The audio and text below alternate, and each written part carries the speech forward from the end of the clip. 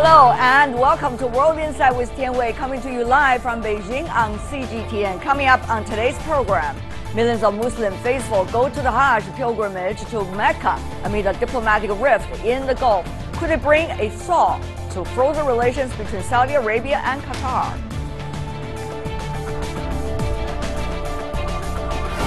The DPRK fires a ballistic missile that flew over Japan early Tuesday on the heels of weekend tests, adding fuel to the fire over Pyongyang's nuclear ambitions.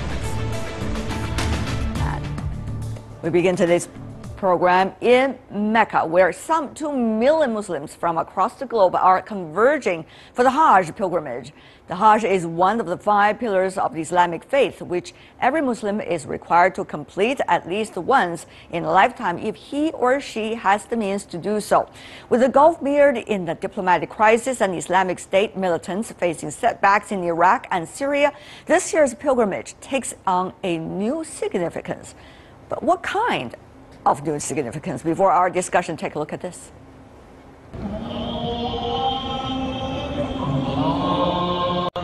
Nearly 2 million pilgrims have arrived in Mecca on Monday for the Hajj, a once-in-a-lifetime religious duty for every able-bodied Muslim who can afford the journey. The world's largest annual gathering of Muslims has been marked in the past with deadly stampedes, fires and riots, with the host, Saudi Arabia, having only limited ability to control the crowds. Saudi health officials say they are prepared to handle any outbreak of disease or a stampede like the one that killed hundreds of worshippers 2 years ago. Pilgrims are also looking to the heavens for safety. Hope for the king to live a long life, and all the best to all who worked on managing this event, from the king to the simple policeman. This year sees the return of pilgrims from Shiite Republic Iran, a regional rival to Sunni Kingdom Saudi Arabia, at a time when the Gulf is locked in the diplomatic stalemate. Iranians are back after a snub in 2016 following a deadly Mecca stampede the previous year that killed thousands of pilgrims. It was the worst catastrophe in the history of the Hajj, with 464 people from the Islamic Republic among the dead. Following the disaster, Tehran railed against Saudi Arabia's handling of the pilgrimage. The two countries then severed diplomatic relations in January 2016. Also, for the first time since a diplomatic row between Saudi Arabia and its neighbor Qatar erupted, Saudi authorities opened the border crossing to let Qatari pilgrims in. I hope this gathering will reflect on the political for Islamic countries.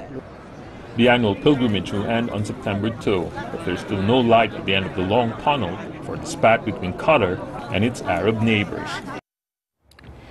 For more analysis about the significance of Hajj this year to the Gulf relations, we are joining in our Beijing studio Professor Ding Long, who is the director of the Center for Gulf Studies at the University of International Business and Economics here in China. Welcome, sir. In Washington, D.C., we invited Mr. Fahad Nazar, who is a fellow at the National Council on U.S.-Arab Relations and a political consultant to the Embassy of Saudi Arabia in Washington, D.C. We are expecting some other guests to join when it's possible. But first, let me begin with you, Mr. Nazar.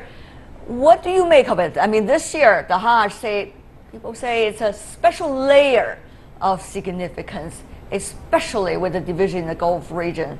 Is this going to be another trouble, or actually is helping many defenses?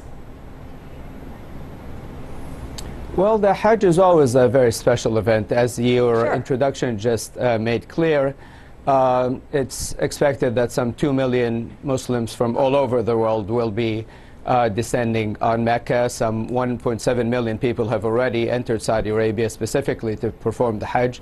It's always a great event. The Saudi authorities take the custodianship of the two holy mosques very seriously. It's a blessing, obviously, in many ways, but it's a great responsibility. Over the decades, they have spent billions of dollars in expanding the actual mosque in Mecca, as well as its environs, taking many measures to make sure that it is as safe and as secure as possible. So last year was a good example. Mr. Nazar, it is no secret that you're providing some services to the Saudi Arabia embassy in Washington, D.C. Very understanding that you are saying all positive words. But at the same time, you are seeing there were some discussions, if not dispute, in the Gulf region among countries, Saudi Arabia on the one hand, Qatar on the other hand. What about this year? Is this Hajj going to be a mending process or a further dividing process? Your view. Right. So I do want to make it very clear I do not speak on behalf of the Saudi embassy in any way, or the Saudi government. But I do want to make it clear, if one looks at Saudi Arabia's history, Saudi Arabia has never politicized Hajj. It has never banned nationals of any country anywhere in the world, even when there were serious diplomatic or even military disputes. So, for instance, during the first Gulf War in 1990, as Saudi Arabia was at a war with Iraq, it never banned Iraqi pilgrims from going to Hajj. It hasn't banned Iranian pilgrims, so even though relations were strained. And it's certainly. Is that what you're saying, Mr. Nasser? I'm not saying that it will. Okay, I mean, I don't think that anyone wants any trouble, and this is not a place for politics. It is a place for religious renewal, and Saudi Arabia takes pride in right. For religious so it is not really a place for politics. Saudi Arabia converging on the Mecca for the Hajj. Thousands have died in the past tragedies. It has a lot to do with whether the management is a plus or a minus. 2 years ago, at least 717 pilgrims were killed in stampedes near Mecca, deadlier than the one in the year 2006, when 364 people died in a crash at the foot of a bridge. Hundreds died in similar situations. 1997, 1994, and well, in 1990, nearly 1,400 pilgrims, almost all of them Asians, died in an overcrowded tunnel. This is only one of the dangers that we are talking about, Professor Ding, here, that is overcrowdedness and the lack of sufficient management due to the management skills and possibly due to the fact that it's too crowded after all. So, Professor Ding, do you think this year there will be efficient systems to prevent that from happening? Well, I don't think we can say there will be no accidents like before 2 years ago. I really think that the Mecca is a very small town, and the Hajj is the biggest gathering of people in the world. So 3 million people will be gathering in this small town. So Saudi Arabia has done many measures to improve the safety and security for the programs, such as expanding the Holy Mosque and facilitating the entry of the from all over the world, and they have simplified many religious rituals for the pilgrimage. So Saudi Arabia has did a lot. But the question is, what if there were things happen? Who's going to take responsibility? That question has been repeatedly asked over the past decades when there were stampedes happened, and people are asking the reasons why. Mr. Nasser, you can't just say, well, it's too crowded and therefore we can't control. Things happened and it happened. You can't say that because it's human life that we're talking about here. So, Mr. Nasser, what are we talking about here? A better system? What kind of better system? Right. I don't remember saying that things will happen, and certainly any time that there are accidents, they're always tragic. That's always a tragic event. Saudi authorities have looked into previous accidents to see exactly what happened, what went wrong, and have taken measures to prevent them. So, as the professor said, over the past 3 decades, not only has it expanded the actual mosque, but it has actually expanded and improved the conditions around the other areas around the mosque. So it has built tunnels and bridges. It has thousands of security personnel. It has hundreds of dozens of helicopters actually surveying the Mecca itself to make sure that to help prevent any possible accidents. And right. you know, it's very Right, so it's, you know, I'm old enough to remember what the Grand Mosque was like 30 years ago. Yeah. It has really, it's very difficult. It's hard for me to understand people who try to dismiss the many efforts that the Saudi government has done. Nobody is trying to dismiss the efforts that are done by the Saudis, but the question is who is going to take the responsibilities if things happen? That has been the question being asked for decades. Nobody is shouldering the responsibilities. Balls are being kicked all the time as to what exactly happened, who should be responsible. I'm asking a very legitimate question to both of you as the panelists for this discussion. Let's move on to another question, which is also important. That is, what is happening in the Middle East, especially the Gulf region countries? And will this Hajj eventually be able to help countries to open their border and be able to melt the ice that's already been the focus of the world attention? Professor Ding, you have a view? Well, I think Saudi authorities have offered the entry of the Hajj from the Qatar. But I think this doesn't represent a concrete step towards the lift of the embargo and the sanctions against Qatar. And it will take much longer to resolve the rift between Saudi Arabia and Qatar and UAE and Qatar. As we know that this crisis is really between Emiratis and Qataris.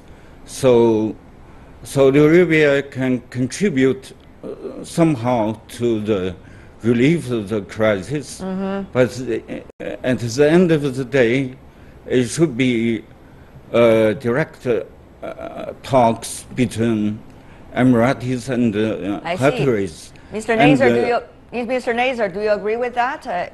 Saudi Arabia's role is limited. Well, I think the Qatari crisis, it's important to realize that Qatar has, this crisis with Qatar involves more than Saudi Arabia and frankly more than the Emirates. There are a number of countries that have expressed serious concerns about Qatar's foreign policy for decades, four of which are Saudi Arabia, the United Arab Emirates, Bahrain, and Egypt, severed diplomatic relations. There are other countries that have also downgraded that diplomatic representation.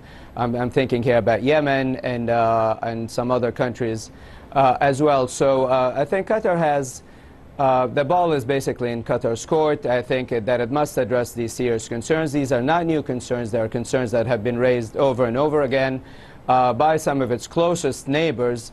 And they really involve some fundamental issues, including non-interference in the domestic affairs of some of its neighbors, not supporting militant organizations in the region and around the world, not supporting...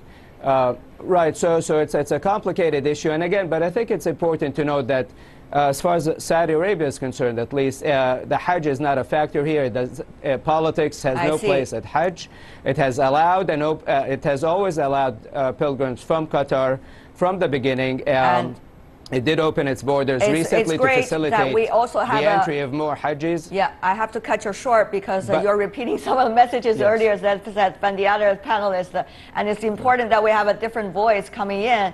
We have Mr. Mohammed Marandi, who is coming in from Beirut. He is a professor and dean of the World Faculty Studies of the University of Tehran. Of course, Professor Marandi might have a very different voice compared to Mr. Nazer, who is a special consul Arabia embassy in Washington. Mr. Marandi, we are talking about whether the Hajj will be able to serve as a possibility for all countries to melt their ice, given what is going on earlier in the Gulf countries, the split among them. On the one hand, Qatar, on the other hand, Saudi Arabia, United Emirates, and some of the others. Your take here? Well, I think there are a number of problems, really. The Hajj is to bring all people together, and it's supposed to bring all people from all walks of life, from all classes, from all races, as one people. But the problem really is that Saudi Arabia has problems not just with one neighbor or two neighbors, but it has problems with all sorts of people. This year we saw the problem that has been created with the pilgrims from Qatar. Also, we saw that many Iranians died during the Hajj pilgrimage, and the Saudi government never even expressed condolences. But I think the most important problem is that even during the Hajj pilgrimage, we see Saudi Wahhabi clerics giving speeches to people saying that people who don't have the same ideology as Muhammad bin Abdul Wahhab are non-Muslim. And they give these speeches in the holy mosque of the Prophet.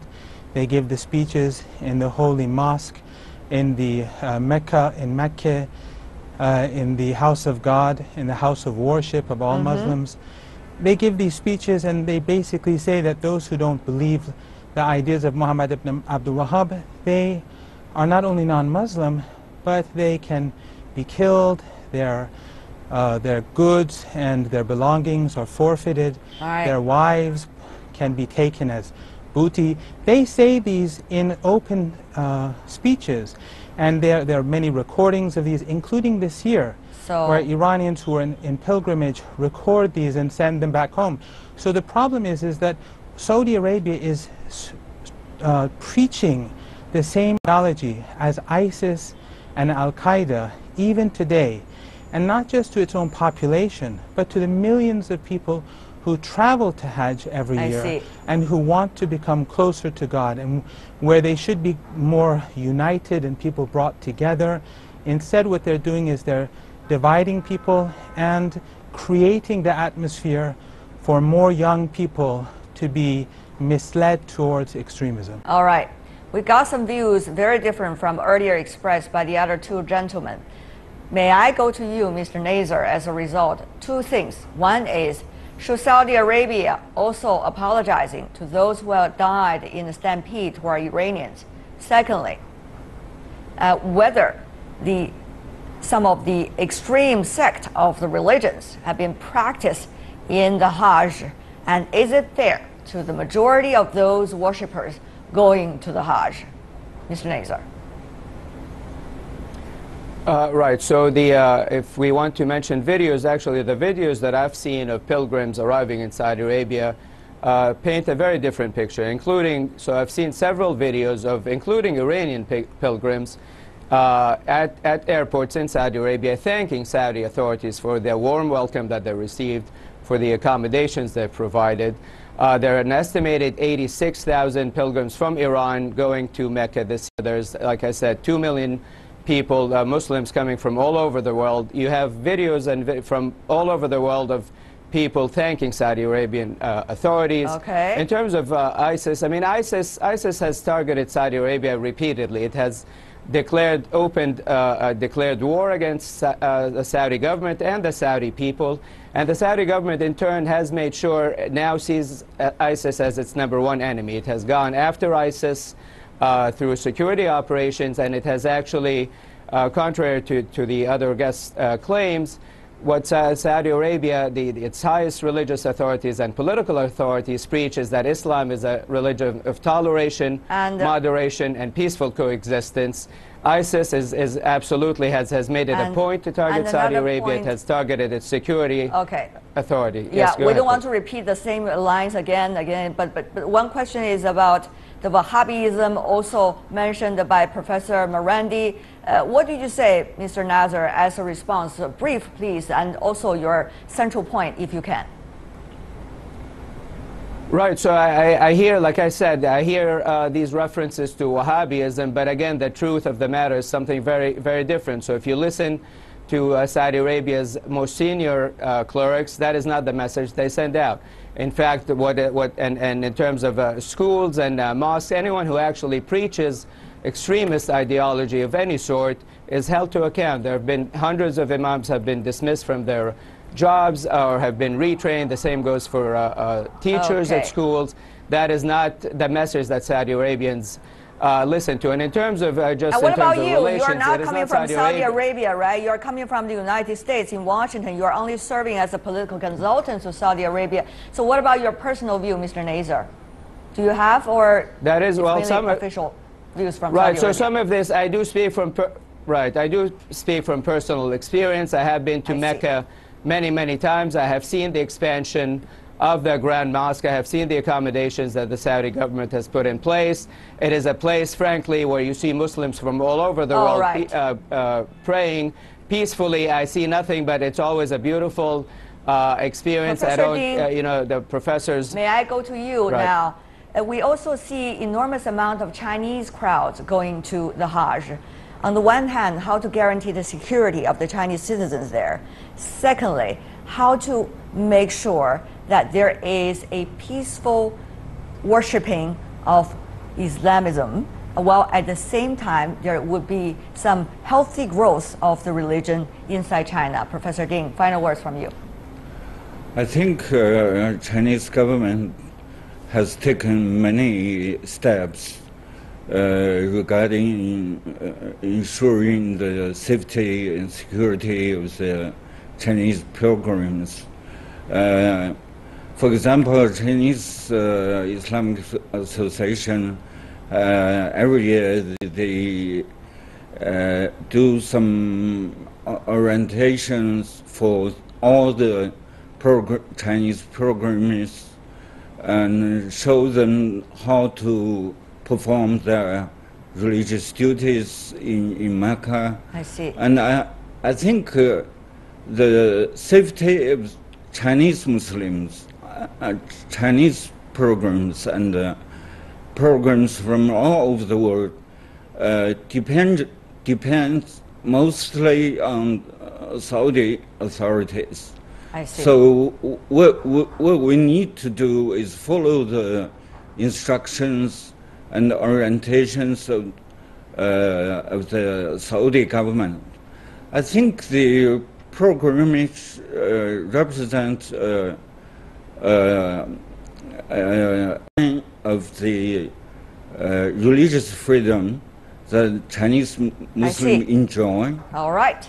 We're running out. I hope we can have longer conversations because this is certainly one of the biggest annual events going on in the world, but we have to wrap it up for the time limits. Professor Ding Long, Mr. Fahad Nazar, Mr. Mohammed Marandi, thank you so much for being with us. And you're watching World Insight with Tian Wei. Still to come on our program. A missile fired near Pyongyang flies over Japan for the very first time on early Tuesday. What this means for the already intense situation on the Korean Peninsula after this break.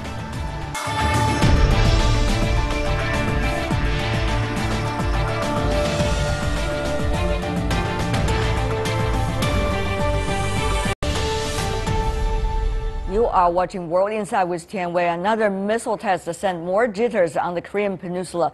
The Democratic People's Republic of North Korea fired a ballistic missile Tuesday, which flew over Japan before crashing into the sea. South Korea's military says the missile was launched from the Sunan region near the DPRK capital, Pyongyang, just before 6 a.m. local time. The missile flew 2,700 kilometers and reached an altitude of about 550 kilometers. Japan says the missile was likely the same type of intermediate range ballistic missile which the DPRK fired in May, which it had threatened to launch toward the territory of Guam.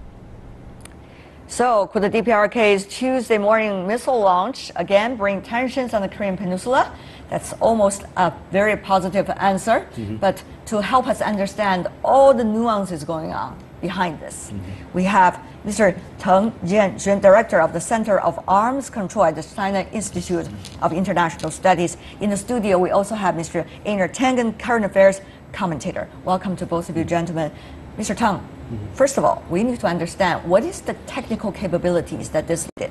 Okay, 2,700 kilometers, the distance, 550 when it comes to the altitude. Successful, Mr. Teng? I should say it's half successful and half failed. Explain, please. For example, the launching of such a range at the range of 2,700 kilometers, that should be an intermediate range missile system. But when they splashed into the ocean, there are some pieces splashed into the water, which means when the warhead re-entering the atmosphere, the warhead was broken into pieces. I see. That's not a successful test, actually. It was not successful, but 2,700 kilometers. That's quite a sensitive number, isn't it? It could reach, if coming to a very different direction, the U.S. territory of Guam. Yeah, almost reached the territory of Guam. For example, I think in the year of 2005 or something like that, DPRK already did the test which reached the east coast of the Philippines at the range of 4,000 kilometers. Guam to Korean Peninsula, I think the distance actually is about 3,400 kilometers. So a missile possessed by DPRK can cover the territory of the United States, Guam. All right, we're making that technical details very clear. It helps us to clarify our views as well. Mr. Tangen, President Donald Trump did not overreact, quote unquote, with his rhetorics. However, he did use very unprecedented, some diplomatic responses toward what exactly happened. He talked about DPRK launching the missile against the international community and things related to that. Mr. Tangen, are you surprised by that response? I think it was a prepared response. You have two Donald Trumps. Obviously, the one that we saw today was the scripted one. But he also said that all options are on the table. That's he right. repeated this. So this is feeding into the base that says, look, we're going to do something. Right. On the other hand, Secretary Tillerson, which is usually considered to be a very reasonable diplomat, he said, we don't know that we were wrong. He was saying this, suggesting the U.S. attitude to try to calm down the situation by doing UN sanctions against the DPRK, not try to further provoke rhetorically toward DPRK and provoke Mr. Kim himself. So how do you understand that? Another layer. Well, that's another layer, but earlier this week he was saying that he was encouraging Pyongyang and saying, look, you haven't fired a missile. That's right. This is very hopeful. Maybe this is the start of something new. But, of course, today he did. So this derails a lot of his wind. I mean, he's looking as somebody who has suggested a course of action, but it has failed. All right, Mr. Tang, it was Monday, which is 24 hours ago, that in the studio some of the other guests was talking about, well, we are entering into a very different period. Suggesting that probably a lot of behind the scene, under the table discussions are going on right now between the DPRK and some of the important players, including the United States. But 24 hours later, certainly things are very different. Or are they?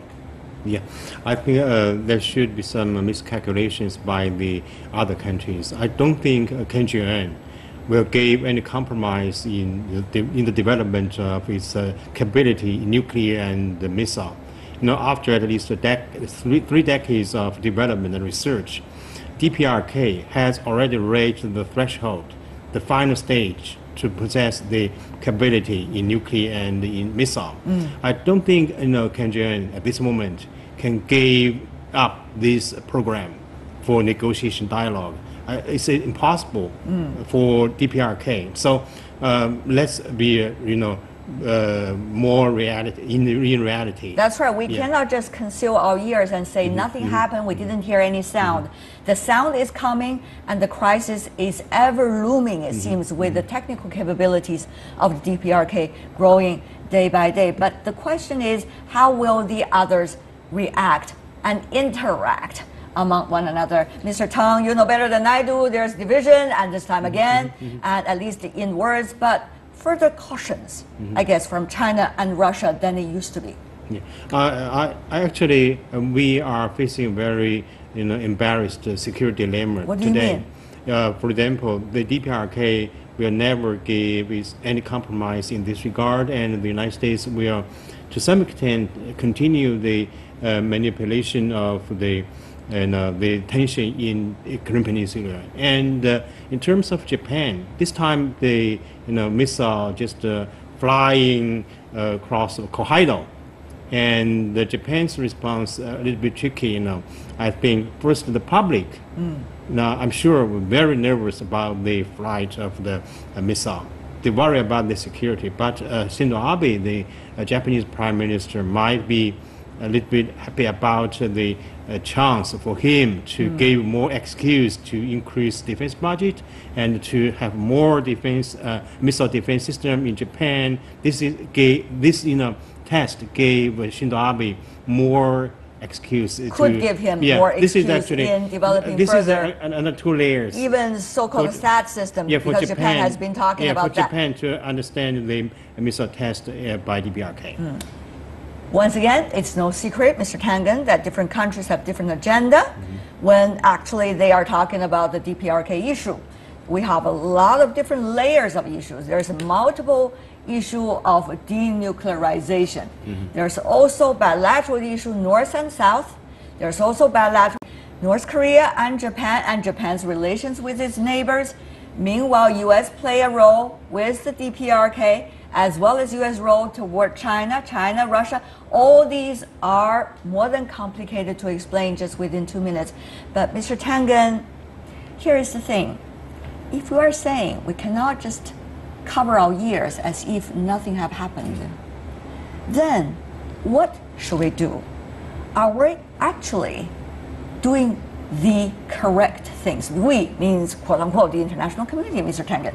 UN sanctions, okay. Maybe possibility for negotiations, or so-called all options on the table. I talk so much, but it is such an important topic that we need to think or probably rethink, Mr. Tangen. Do we? Okay, look, China has been trying all rational ways, That's right. but what you have is 2 speeding trains heading down the same track. And unfortunately... China is not a driver. No. On one side you have Donald Trump, and on the other side you have Kim Jong-un. They are determined, and as I would agree with my colleague, this is not going to work. The United States will not stand for a nuclearized North Korea that has a delivery system. What do you mean by not stand for? Nobody has explained it clearly. I will tell you exactly what that means. That means that there would be a preemptive strike, and there's no question about that, and the American people will support it. They will not have a country that is spewing forth this hatred towards the U.S. with the armed capability to strike the mainland. It doesn't matter if you're Republican or Democrat. Right. The majority will back that. Here's the same question to you, Mr. Tang. Are we, having done everything we have been doing, waiting, in fact, for a bigger crisis to happen?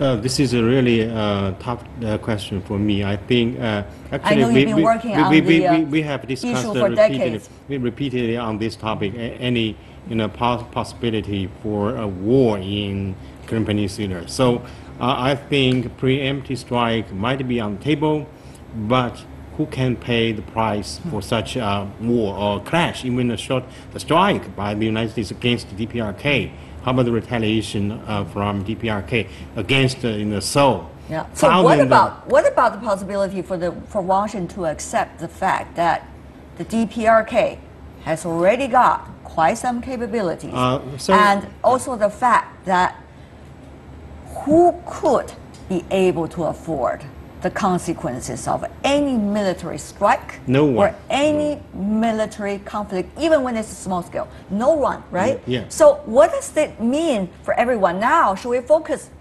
everybody? Focus. What is the focus right now, Mr. Tang?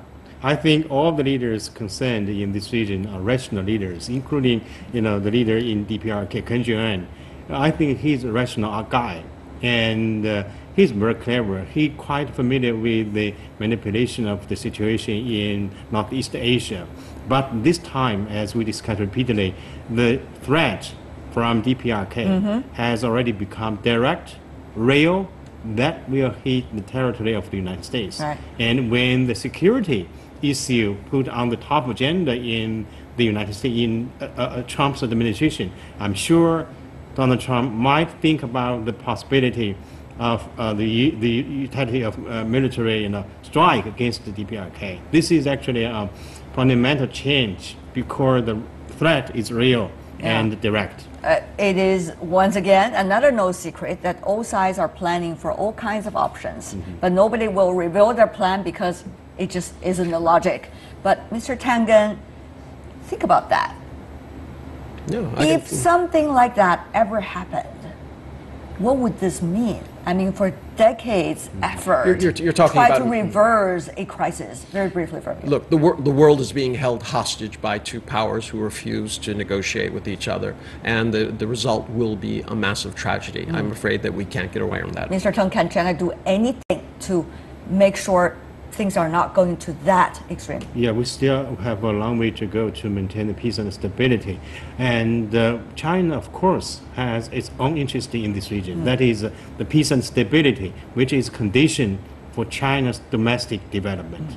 But China cannot be the driver because it is not China's Maybe brain. someday China can be the driver, because the responsibility, the development of its capability in maintaining the stability and the management of crises in this region. I proposed actually, last year in the newspaper that China should take more responsibility. Right. But on the other hand, we see DPRK and the United States still fail to talk to one another, at least in public eyes. For now, I want to thank both of you. Teng Jianqun, thank you for being frank and direct in your views and helping us to understand all the insights. Really appreciate, gentlemen, for being with us. You're watching World Insight with Tian Wei. The BRICS Summit will be held in early September in Xiamen. In the run-up and during the BRICS Summit, we will bring to you special program of World Insight with Tian Wei on the realities and on the ground and on the future of the BRICS. BRICS countries as emerging economies have both challenges and opportunities, but how do they turn these challenges into opportunities? That is a question real people in those countries are working so hard to answer. They win respect all over the world, not because of what they said, what they are saying, but ultimately what they do, what they have achieved. From today on, we are going to bring you a series of personal stories, in fact, told by common folks that are inspiring role models from the 5 countries. It is they, together with their peoples, are the real strength of BRICS. Today, let's meet Tracy Chambers, a South African woman who aspires to create equal opportunities for women of all races. Take a look. My name's Tracy Chambers, co-founder and CEO of the Clothing Bank. In 2010, we created the concept of the Clothing Bank. The purpose is to inspire, skill and support unemployed mothers to eradicate poverty in their lives. We partner with most of South Africa's major clothing and general merchandise retailers who donate all of their excess product to us. Our goal is to work with unemployed mothers to help them become financially and socially independent. The Clothing Bank was inspired by my nanny, who raised my 3 children. I would clean out my wardrobe and give my nanny 2 black bags of clothing for her to earn extra money. I was always astounded at what she could sell my clothing for in her community. We help mothers by supporting them to start small retail trading businesses using the clothing that we receive as the tool for teaching. Because if you help a mother, you help a child and you build a nation.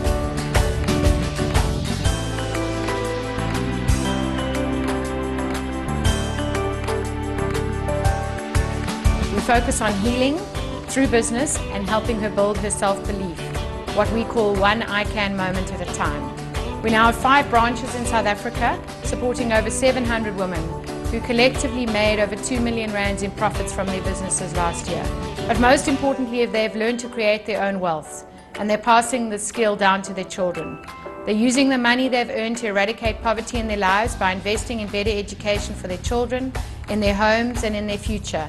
And they are now role models in their communities as living proof that it is possible to overcome poverty.